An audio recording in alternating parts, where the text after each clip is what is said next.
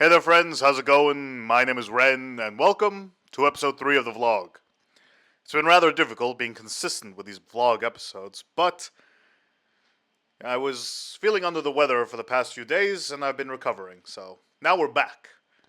And it seems like the setup has gotten slightly better since last time, and maybe hopefully one of these days I'll get it just right. It's a lot of experimentation now, but I love this stuff. I love setting up the cameras, setting up the equipment, making things look nice. Yes, and I'll most likely keep working on it continuously as I do more of these episodes. Now, last week, on Friday, I held the indie game picnic at the park nearby. And it was a great time. I think about 35 people showed up, and you really got that nice communal feeling when people were joining their picnic blankets together. We were all sitting down, chatting. It was a great time. Really enjoyed it. Definitely will do it again. But I was very fortunate that the weather panned out the way it did. Thursday it rained, Saturday it rained, but Friday, nice and sunny. It was a good day. It was a very good day.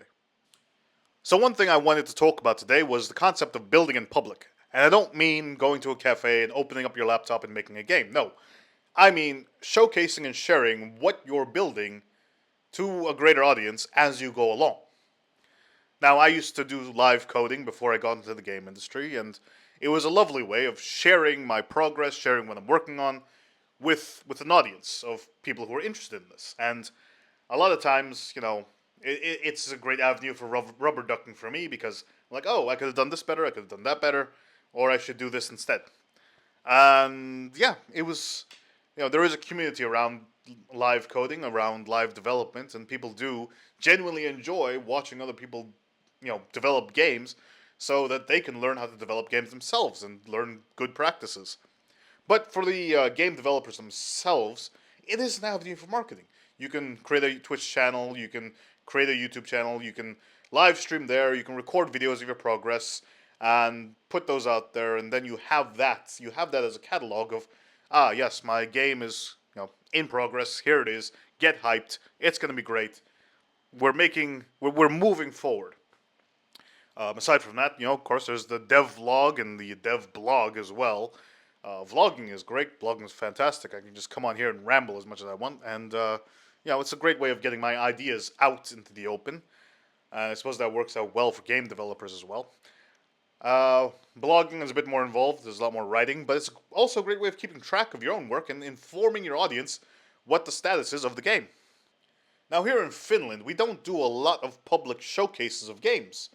Yes, there may be a demo corner, there may be a free event, there may be a game jam or a game awards, but these are all very internalized to the game industry here in Finland.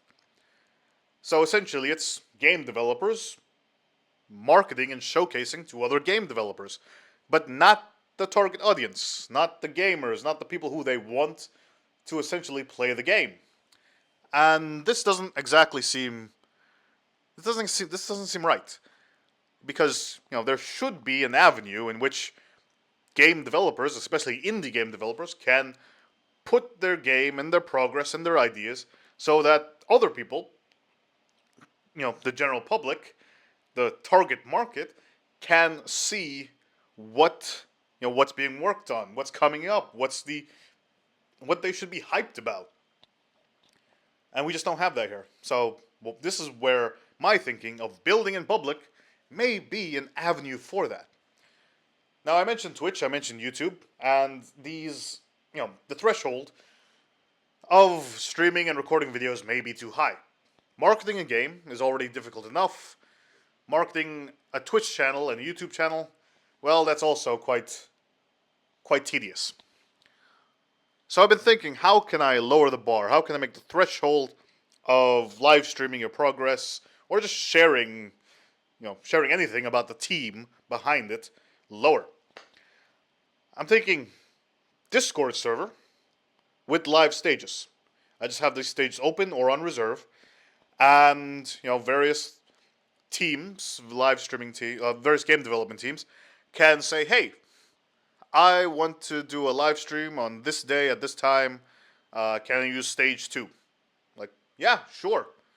It's reserved. Then all they have to do is hop on the Discord, get on the stage 2. The understanding is like, hey, you You have this. It's Discord. The threshold is low. We understand. You're an indie game developer. You have a microphone. You have a screen share. You may have a web camera, sure, but the bar is low. It's okay, and it should be as such. There shouldn't be, a high threshold of sharing your work. But in that sense, they can tell their audience like, hey, we're going to be live streaming on Discord on this Discord server at this time on this day. Here's the invite link. They give their audience their invite link. Their community joins, and then boom, they're watching their live stream. And also, people who are already there watching other live streams, people who, I myself will of course, put this out there, and then other people will join too when they're curious and everything. People want to watch other game developers live stream as well on this Discord when it's scheduled, and we can also use Discord events to set up the schedule. It's there. The idea is there. The concept is there. I I may in fact spend a few days to actually flesh this out and make it work and see if there's any interest into this, because I think it could be nice. I think it'd be great. And, you know, getting the game developers there could be possible. Making it so that they feel consistent in their, we're gonna do some live streaming could be plausible. I could do my best to encourage them to, actually want to do some live streaming, do some recording. Aside from that, it's the other issue of getting an audience around their games, around, watching their, these game developers, showcase their games.